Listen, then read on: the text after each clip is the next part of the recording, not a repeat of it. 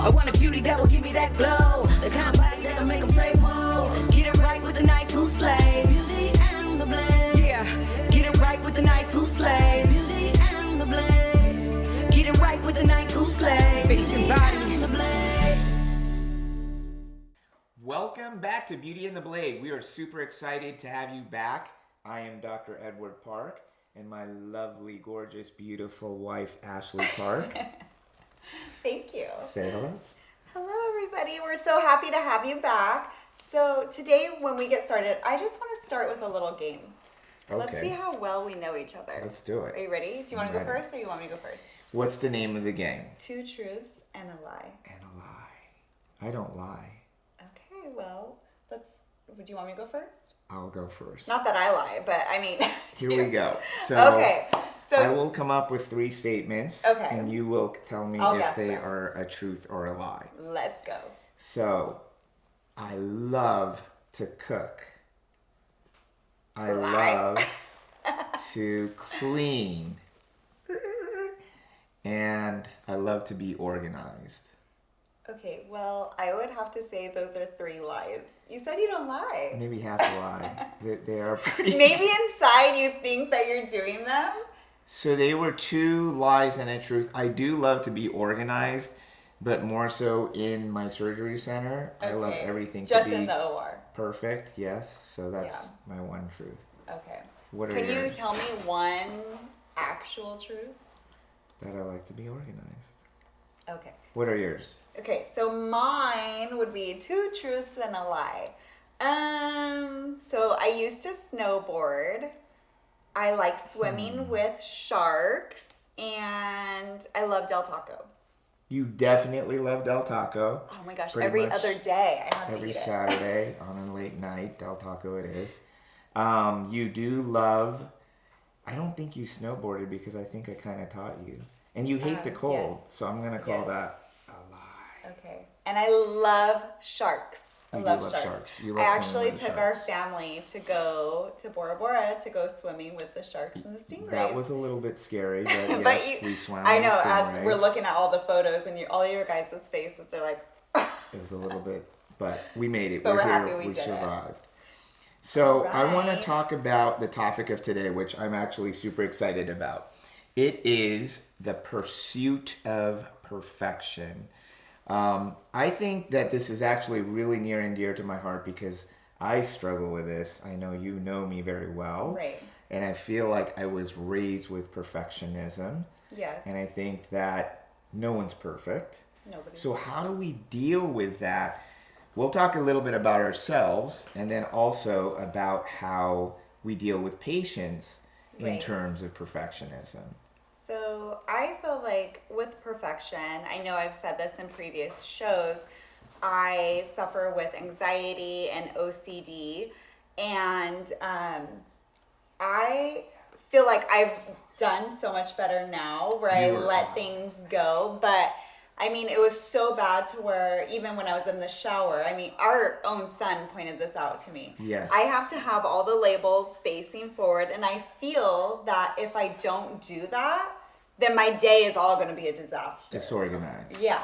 So as I've spoke of before, you all know that I suffer from OCD and anxiety. A little bit. So one of the things, like one of my biggest things, but I feel like I've gotten a lot better. A lot better. But something that used to bother me is we normally don't wear shoes in our house. So kids come in, we take our shoes off at the door. And it would drive me nuts that nobody can put their shoes away in the cabinet. I'm guilty of it. Sorry. Or also in my shower. So every morning when I'm taking a shower, if my shampoo bottles, my body wash, and all that is, the labels are not exactly, and the nozzles, if they have the little, aren't facing forward, my day is going to be horrible. What are some of yours? That's a lot of stress. I mean, but I'm getting better, right? You've improved a lot. And, well, I think if we first talk about what perfectionism is upon ourselves, it is a lot of pressure on ourselves. Right. And if we define being perfect, it's really an expectation to whom? To myself and or to others. It's Right. kind of like people pleasing. Yeah. So a lot of times I ask myself, like, who am I really trying to please in being perfect? But a lot of it, as you know, stems from family, childhood, Right. origin, and things of that nature. And you know the way I was raised, I mean, straight A's, violin competitions. I put that pressure on myself to be perfect. I wanted to Right. win and be number one, and then get into med school and again be top of the valedictorian and just try to be perfect. It's a Right. lot of pressure. And I think after finally, like, over 50 years, I've kind of figured out, both of us have been on this journey. Yeah. I think you said it best, is just kind of like letting go and kind of surrendering. Right. I think I see you do that a lot too. Yeah.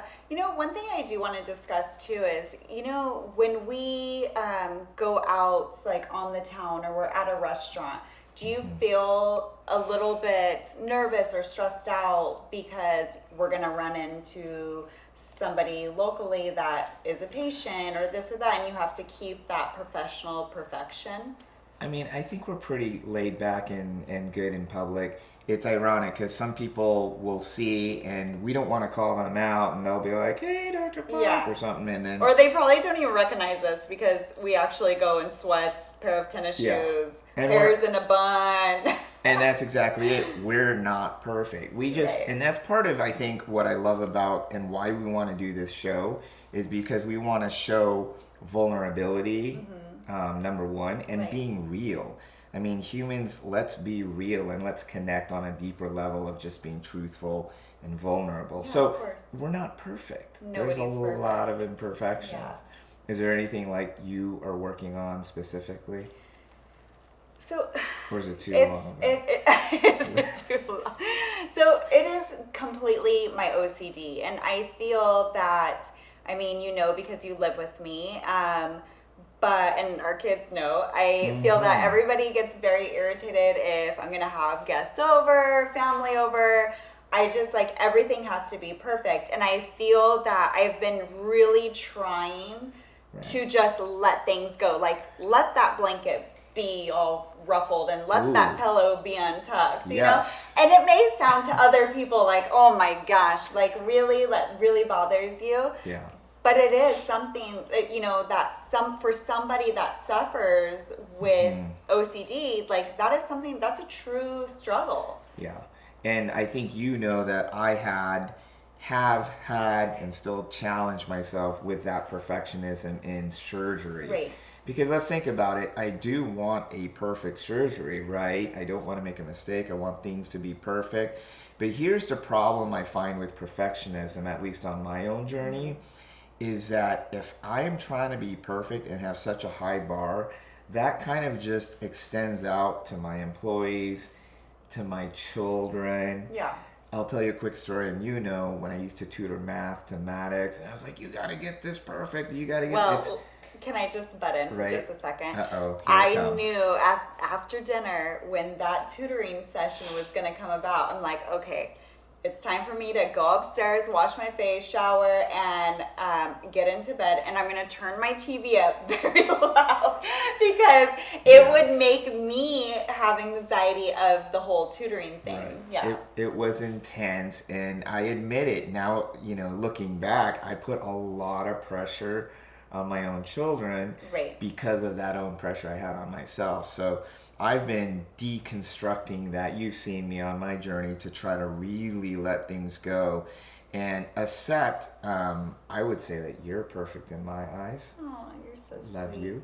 That's But- why I married this guy, because he always tells me I'm perfect. But we all know that we're not perfect, and what I love Right. about you are your imperfections.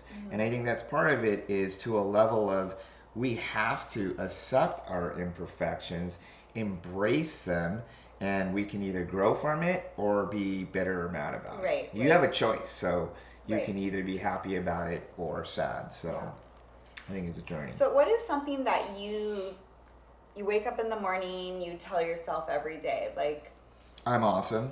Really. like for instance, Um, like for myself, I just feel like we have a busy lifestyle. Super it's busy. busy. Crazy. It's a lot to keep up with, and I feel like this summer has been the longest summer. But now we're starting to get into the flow of things, but I feel like one thing that I tell myself every morning is just stay above water. Yeah. You can keep your head up and keep pushing. And you do a great job. Thank of that. you. I What mean, about it you? is you've got the kids, you've got you come into work, and I call you in. I mean, it is a little bit chaotic, but I think you do a fantastic job, and you're just. It does not even look like you have stress. Really? Which is the beautiful thing about you. Oh, But I think it's an important point is that we are all internalizing all these struggles and challenges of trying to be perfect, the perfect day, the perfect schedule, etc. What do I tell myself? Honestly, I tell myself these days to slow down. Because we live in a world of just hurry. I'm reading this book, as you probably know.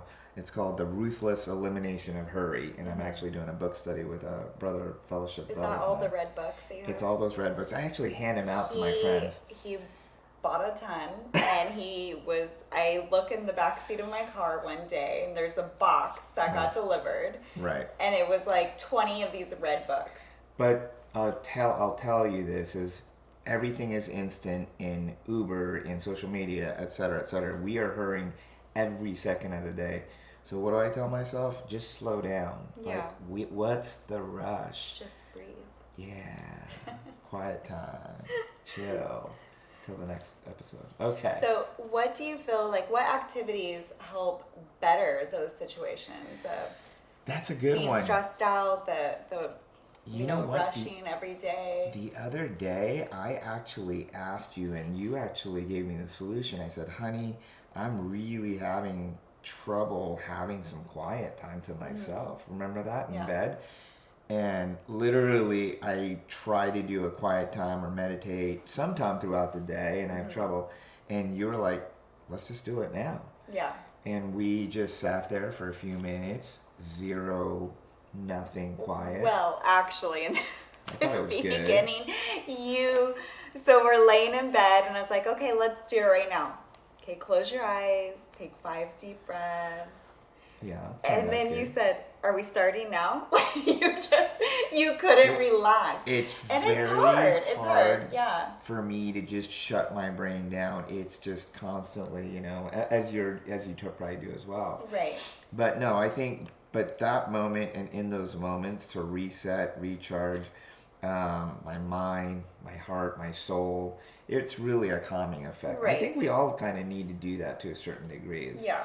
Slow down for a minute, 5 minutes throughout the day. Yeah, it's really hard. And even I feel that also when it comes down to young adulthood, teens, children, we all need that meditation and that quiet time. Right. And it's like, I can't stress that enough. Like, it's just so important to do that. And I never even knew how to meditate. I mean, it actually took where I went to health retreats, and that really helped me calm my mind, calm my body. Yeah. Because we all are. We're just trying to be perfect, and nobody's perfect. Nobody's perfect. Like, really, who cares? Who cares if you fail? Who cares if it just get back I up? care, No, but all you have to do is you're gonna fall, Right. but you get back up. Right. So you mentioned about teens, and as y'all know, we have 4 children. How do we portray to our own children that, hey, it's okay not to be perfect, but yeah, you better get straight A's, or maybe not? See, I don't say that to Okay, them. I but think that's more you. But I just feel like I am always telling them, they all do great in school, but I just tell them, every morning, I'm always saying to them, okay, good morning, I love you, you're gonna have a great day. Not, oh, I hope you have a day. No, you are gonna have a great day. You're amazing. Right. Just remember to use your manners and be Right. respectful of your teacher and be kind to your friends. Yeah. Every day at drop off, that's what I That's tell them. sweet, honey. Yeah, I mean, I'm I so think proud it's like of you you. just have to have that positive affirmation, and Right.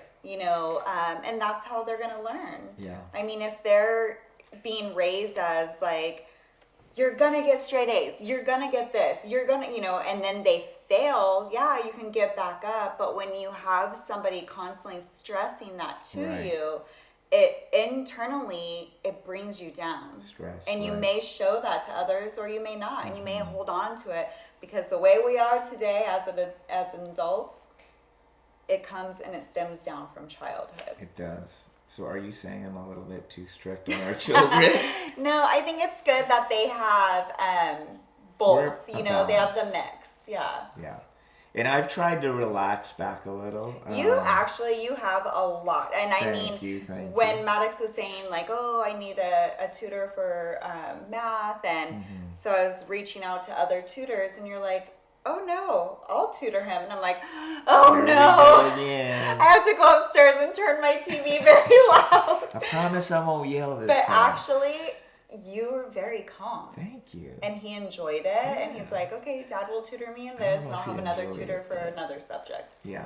No, that again, I think that's something I was working on myself, to just be more patient, Right. obviously, and not instill all that perfect expectation to him. So I actually enjoyed it. I'm not sure how much he enjoyed it, but I think it's important, going back to what you said about children, that praise is so important.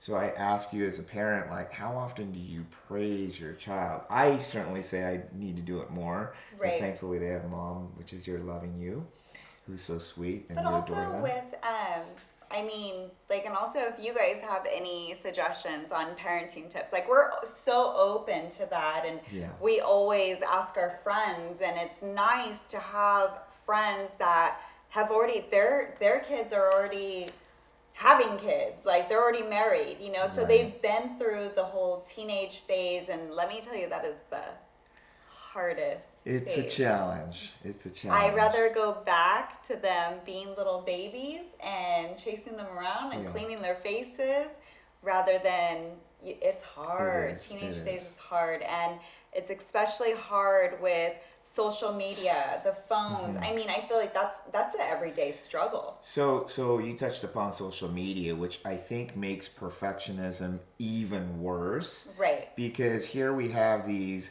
I would call them illusions, Instagram, TikTok, where everyone's putting up their best life. And we all know that's not true. Oh, yeah, I fall So- into that. I don't have social media, but when I Right. used to, I'm like, gosh, how come so-and-so, they're always traveling? Honey, Yeah. we need to go on more Right. trips. We need to, you Their know. lives look so awesome. Yeah. What are we doing wrong? And I think this is especially more difficult on children, right? Right. Especially on children and we know statistics are increasing on mental health, depression, etc. Yes. in our teens and our little ones, because of this false image that's portrayed on, again, Right. this perfectionistic image. So you and I are anti-social media. We don't do it ourselves personally. We Right. have them for business. There is some laxity, I think, in our children. They want TikTok, and they're begging us for TikTok. I think it's okay, but we definitely have boundaries on their level of use on that. Well, going back to allowing them to have social media. So our 16-year-old Right. just got social media at Scary. 16, right? I'm sorry, he's 17. I'm sorry, Yeah. last year he got it. But now our 13-year-old Mm-hmm. that just got a phone last year and has all this screen time, he's locked down and all this stuff. 6-8 He's hours. Yeah, bring that asking down. for Instagram and TikTok. Yeah. I just want to know from the world, because I feel like I'm looking on all these blogs. I just don't know what is the right age. And when you look up, you know, the right age for, or when you can have one, it says 13. But I just feel like, why do these kids want to grow up so fast? Because I just go back to I'm a Toys R Us kid, and I just want to be younger, however it goes, because, like, I don't want to, you know, why do they want to grow up so We fast? need to bring Toys R Us back. Oh, that yes, innocence, yes. right? But I think that it's hard, and I think what we're trying to do is not let go of our children growing up. And I know you feel a little bit more liberal, but I would be like, no social media ever to my kids. But there is a balance, and we want to allow them to have it. I think we're doing a good job and just instilling boundaries, Right. screen time. We do kind of peruse through it as well as parents. Yes, I and think that's important. this Check on it. patrolling is a lot of work. Yeah. It's It a is. lot. Like, it's hard to stay on top of, if I had 3 or 4 hours at night to sit there and scroll through their messages and Right. this and that, and Yeah. it's a lot. It's a lot. I want to segue a little now into our patients. Okay. And if anyone is interested in a consultation or you want to talk to us, feel free to contact us at 1-888-900-9065. 1-888-900-9065. And I guess the question I have for you is, what do we tell our patients about them wanting somewhat perfect results? Well, it just goes back to, exactly what we were just discussing. Nobody's going to be perfect. Right. And inside, when you're feeling a little down on yourself, I mean, you can look great out here, but when you have this internal feeling of, I'm just not good enough, or I need to be like that person, or it's never going to be enough. Right. And I think that's important. What we try to do in a consultation is try to kind of get feedback on what their level of expectation is. I've had patients that come in and say, I want this perfect nose, a perfect tip, this, that, and the other. And if their expectations are really, really out of whack or too high, then I'll potentially say, hey, maybe this isn't the correct surgery for you. Right.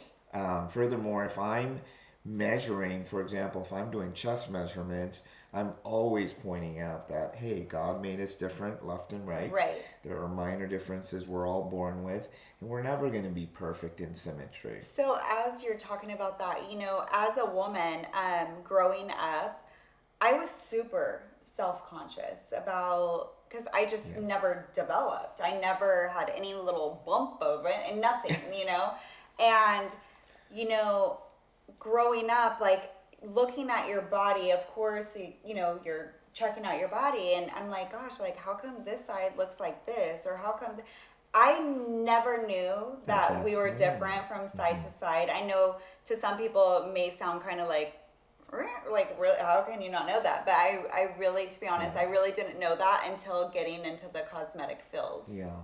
And it's interesting because sometimes, and again, this is normal, I'll see one areola like 3 centimeters below the other.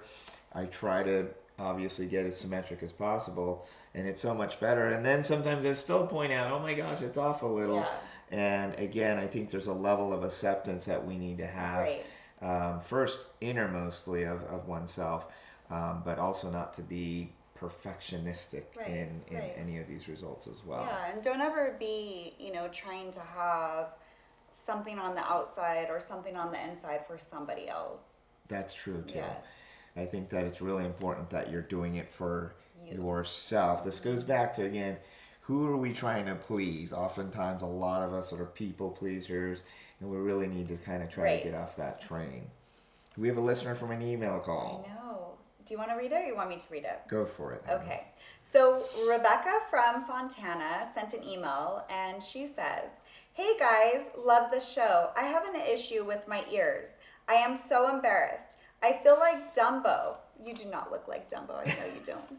"So I hide them with my hair, with my hair and hats. I want to do the ear pinning procedure, but have been too scared for a consultation. What does this entail? Thanks." Okay. I love this topic. Yes. This is basically what she's asking about is what's called ear protrusion. Essentially, some people can be born with ears that are a little bit more kind of bent forward, if you will. And again, there's different levels of acceptance, and there's not a perfect ear. That's number one. Right. But what I do perform is what's called an otoplasty, and that is essentially an ear pinning back where we're putting sutures to bring the cartilage back towards the scalp. So do you go from right in the back of the ear to the ear, and Correct. then so is it going to be the ear is going to be tight to this tight to the head, Correct. and will it stay like that? Or Yes. So the incision is beautifully hidden at the crease behind the ear, so Okay. no one ever sees that. Then I kind of lift, and then I'm actually putting permanent sutures to hold the cartilage to set back the ear at a closer angle to the head. So, if say you're having your hairdresser do your hair, would they be able to see anything there? After it's healed, probably absolutely not. Okay. It's such a great hidden incision. It's actually a very close incision to when I'm doing a facelift, Okay. which again is hidden behind the ear. So Nice. it's really well, beautifully hidden. Okay. And I think, actually, Rebecca, I would say it's one of the most rewarding procedures in terms of people being happy, because I think that it's very common when kids are about kindergarten age and they start getting made fun of. I'll actually perform the surgery as young of an age as about 5 to 7 Oh, really? when the ear is fully developed because So of what the mental. happens years later? Because I always hear as you age, your nose gets bigger, your ears get bigger. Mm-hmm. So what happens if you had that procedure when you were 5 or 6 years old? Now you're 40, 50 years old. Right. Is So your- does it come back? I guess your question will be. Yeah. And I would actually say this is one of the few more permanent procedures where you're not going to have to do it again. Oh, wow. I think what you're alluding to is when things do get larger, the earlobes get longer, Yeah. and then the nose gets, I think those are ligaments that loosen up. But once the ear's set back, you're pretty good. So when you do the ear pinning, you're going up here, pinning it back. Are you also, what if they have longer Earlobes. lobes? You can do all of that at the same time. We can do that. I can do that all at the same time, and that's a little bit of a separate area, but we're talking about earlobe reductions. Yeah, okay. And you've seen an assisted in kind of wedging out a piece of the lobe. So there's a lot that can be done aesthetically to the ear to kind of bring it back into a normal position and shape. Okay.